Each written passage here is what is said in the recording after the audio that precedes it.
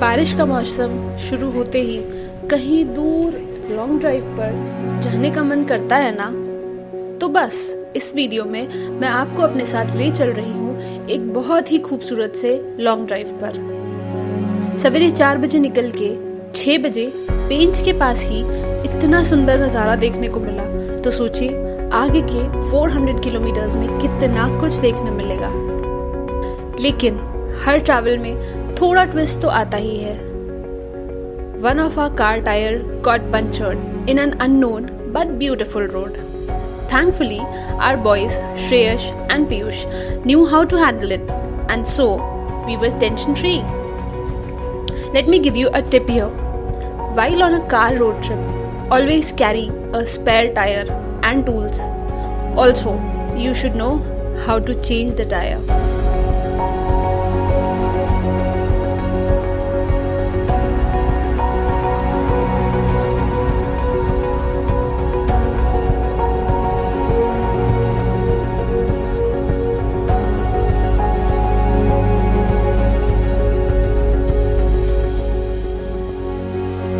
सवेरे का टाइम, खाली सड़क और प्यारा सा मौसम एक सक्सेसफुल रोड ट्रिप के लिए और क्या ही चाहिए।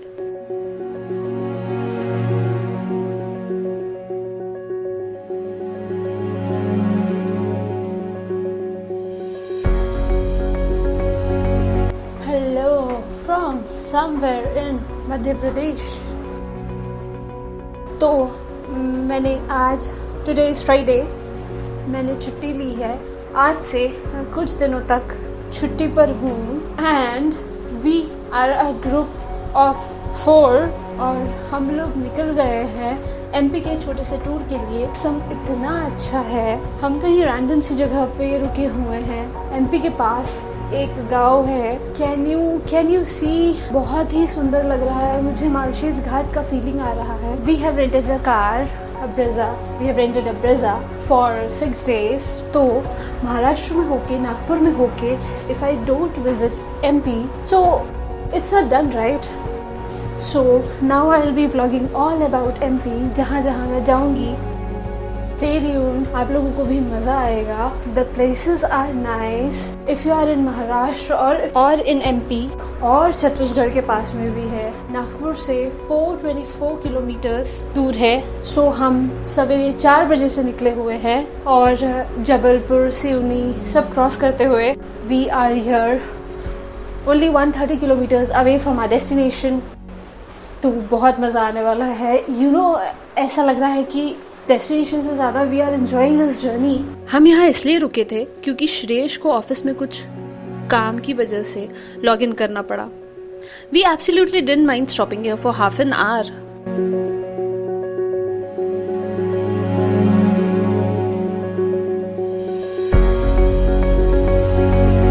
लगभग 11:30 बजे अपनी मंजिल से बस 40 किलोमीटर दूर इस रास्ते को देखते ही हमने गाड़ी रोकी और इस सुंदर सी रोड पर बहुत मस्ती की। मॉनसून में रोड ट्रिप करने का सबसे बड़ा फ़ायदा यही है कि हर तरफ हरियाली ही हरियाली दिखेगी और ये रोड तो मानो हमारा वेलकम कर रहा था मध्य प्रदेश में।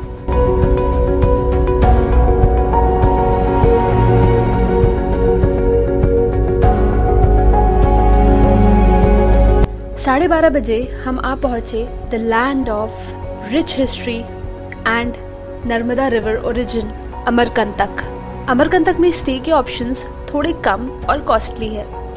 The property where we stayed at was Sarvodaya Vishram Griha. 4 लोगों के लिए ये रूम बहुत ही स्पेशियस और क्लीन भी था।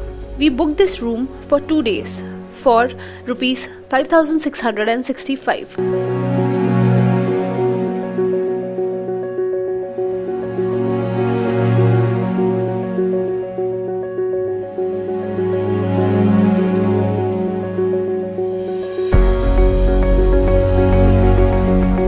सवेरे 4 बजे से उठे रहने की वजह से we decided to take a nap और डे 1 अमरकंटक पे हमने सिर्फ रिलैक्स किया।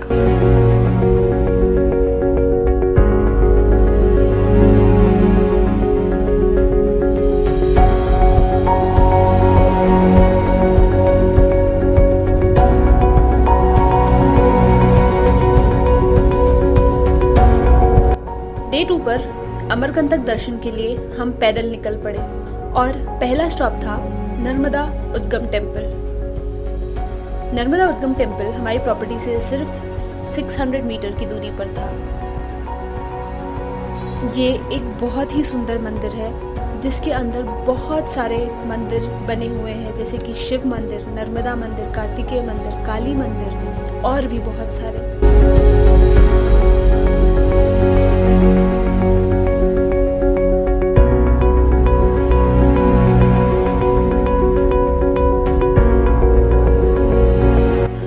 कहा जाता है कि नर्मदा जी शिव जी की बेटी थी और वे दोनों यहाँ निवास करते थे। नर्मदा जी की उत्पत्ति शिव जी की जटाओं से हुई, इसीलिए शिव जी को जटाशंकर भी कहा जाता है।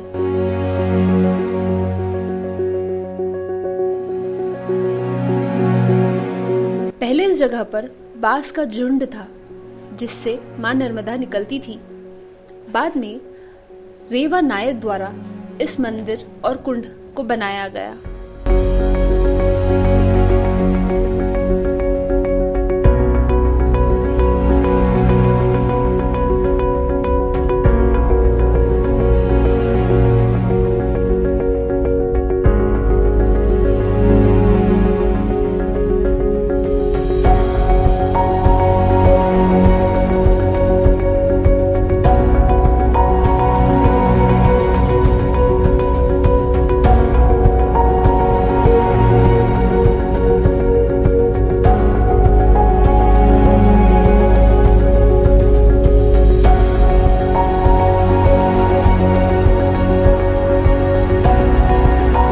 हमारा दूसरा बहुत सुंदर स्टॉप था श्री यंत्र।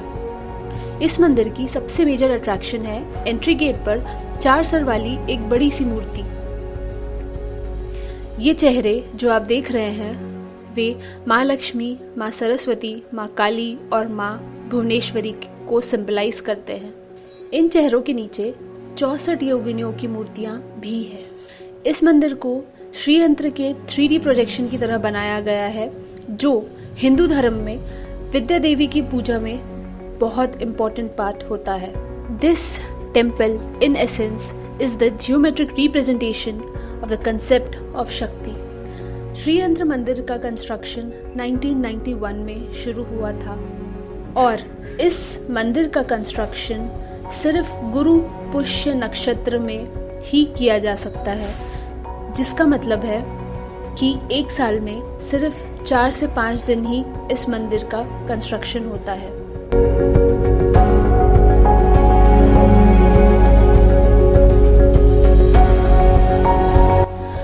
मंदिर के पास ही कलचुरी के पुराने मंदिर हैं। इन्हें कलचुरी के राजा कर्णदेव ने 1041वीं सेंचुरी में बनवाया था।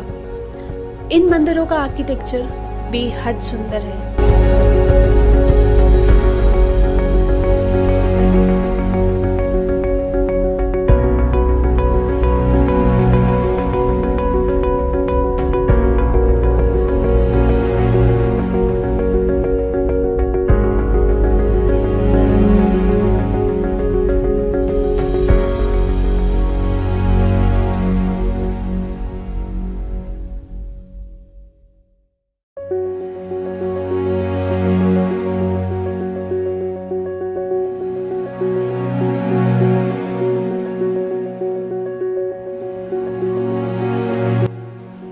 अगला पॉइंट था सोनमुड़ा व्यू पॉइंट।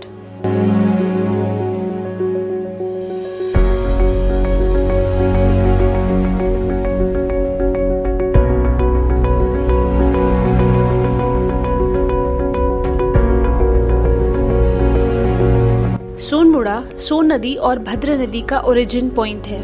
ये दोनों नदियां आगे जाकर मिलती हैं और सोनभद्र कहलाती हैं।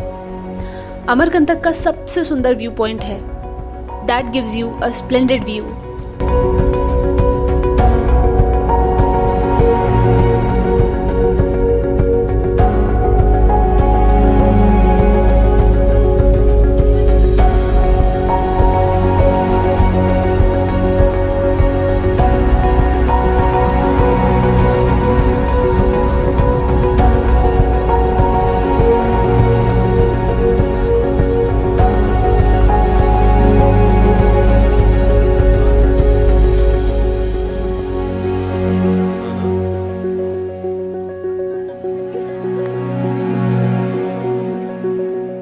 सोनमुड़ा से निकल के हमने खाने का ब्रेक लिया और फिर हम निकल पड़े कपिलधारा की तरफ।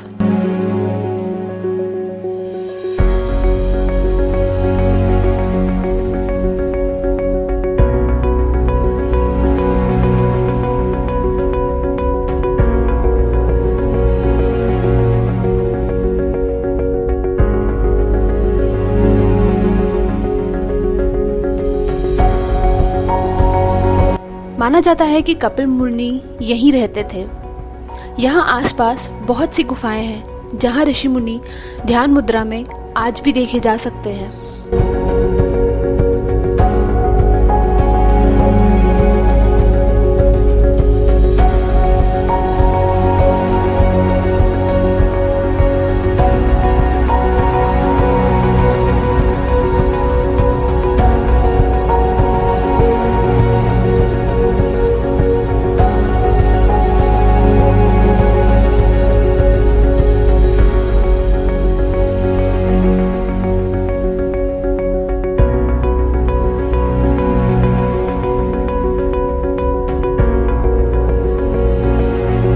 अगर आप लेफ़्ट लेंगे तो आप कपिलधारा पहुंचेंगे और राइट लेने पर आता है Dudhdhara.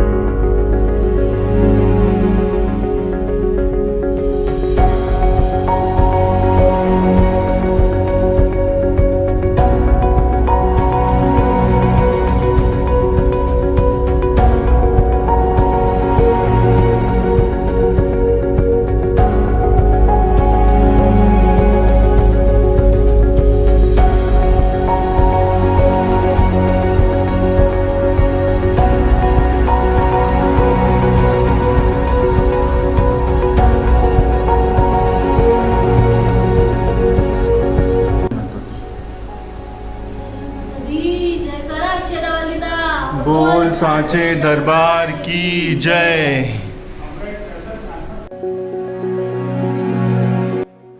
I didn't expect Amarkantak trip to be this exciting and beautiful, you know. शाम के 4 बज रहे हैं and just look at this. This is so surreal. सच में बहुत ही अच्छी जगह है। I suggest you guys, if you are in Maharashtra or MP, Amarkantak, one day itinerary, it is a must. 1 बजे तक हमें काफ़ी बारिश मिली, सवेरे सवेरे बारिश थी, बट अभी मौसम एकदम क्लियर और एकदम बहुत प्रिटी हो गया है। We just thought of sitting and chilling here by Narmada River on our way back from Kapildhara waterfall. बस मैं इतना कहना चाहूँगी कि ये एक छोटा सा गांव है, तो या तो किसी फैमिली के साथ आए और या तो किसी अच्छे ग्रुप के साथ आए, क्योंकि ये एमपी का एक छोटा सा गांव है, राइट। मज़े कीजिए, सब कुछ लिमिट में कीजिए, तो सब कुछ बहुत अच्छा है, हर जगह की बात है। तो ये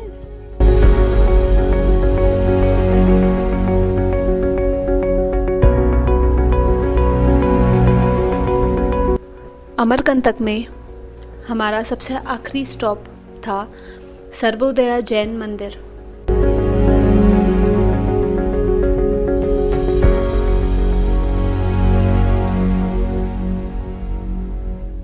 इसके बारे में अगर मैं आपको बताऊं तो इस मंदिर को पिछले 20 सालों से कंटिन्यूसली लाल पत्थर से ओल्ड ट्रेडिशन के हिसाब से बनाया जा रहा है।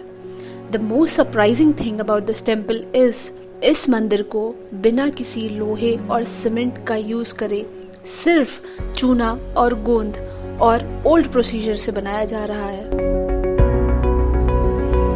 I must say there are so many things in India that has rich heritage, rich history, rich culture, and I'm so proud to be an Indian.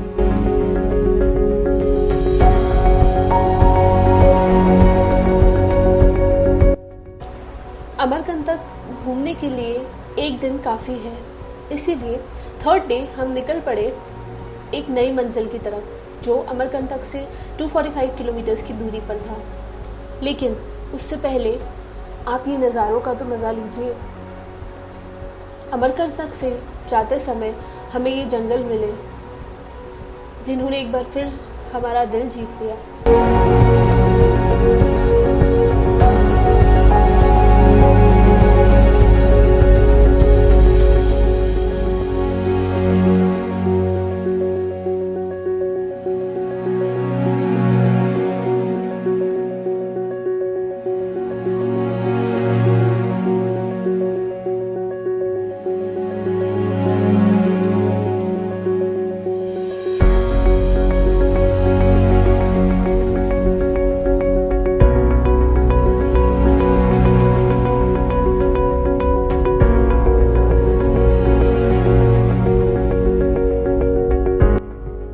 Good morning from somewhere in Madhya Pradesh. So हम लोग यहाँ एक घाट पे रुके हुए हैं नाश्ता करने के लिए। इट इज़ सो ब्यूटीफुल, बहुत अच्छा लग रहा है। थोड़ा सा ख़राब है, पता नहीं कि ये कौन सा घाट है। हम लोग बस नाश्ता करने के लिए रुके। 7 AM इन द मॉर्निंग हम लोग अमरकंटक से निकल चुके हैं और हम जा रहे हैं अब जबलपुर के लिए। बेड़ा घाट वहाँ बहुत फेमस है, तो वी आर प्लानिंग कि अगर बेड़ा घाट देखने को मिल जाए तो बहुत मज़ा आ जाएगा। From Amarkantak to Jabalpur it was around 225 kilometers and now only 140 kilometers are remaining.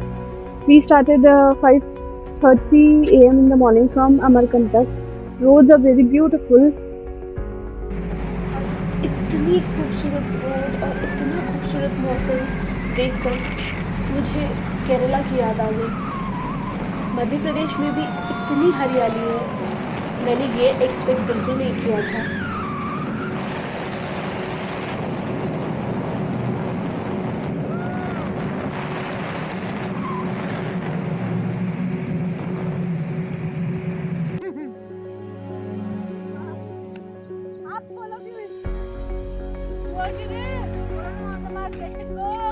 Go.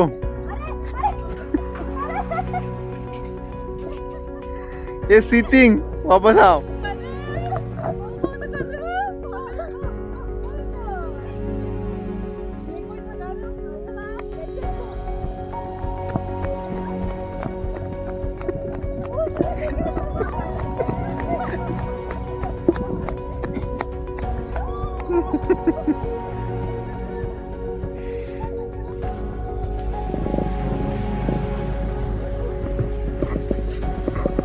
कितना है?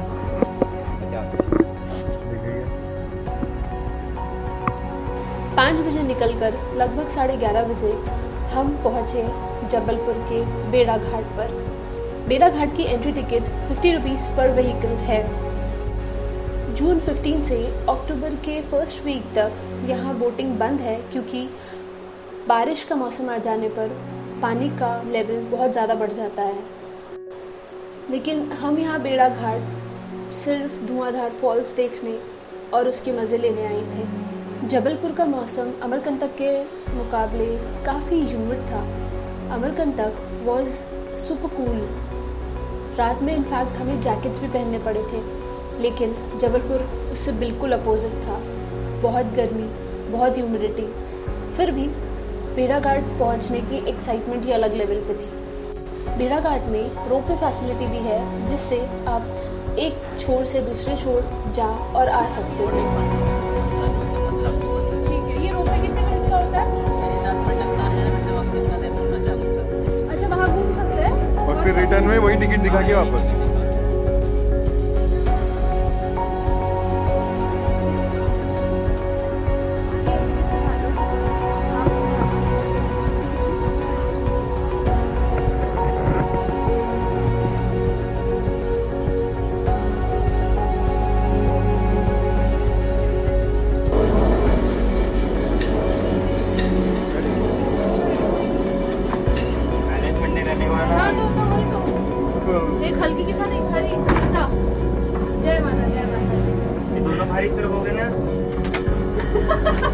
पहली बार जब मैंने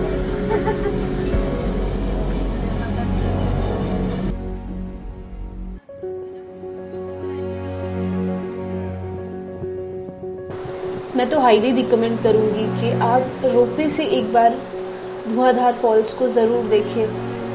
ऊपर से ये एकदम शानदार और बहुत ही खूबसूरत लगता है।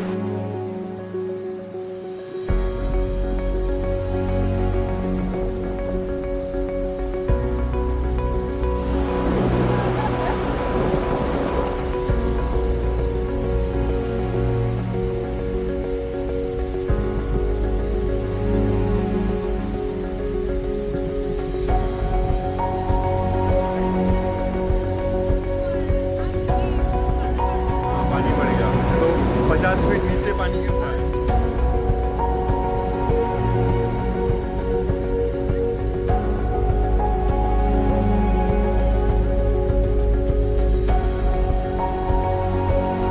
पानी का बहाव सच में धुआंधार था and it was so beautiful to watch.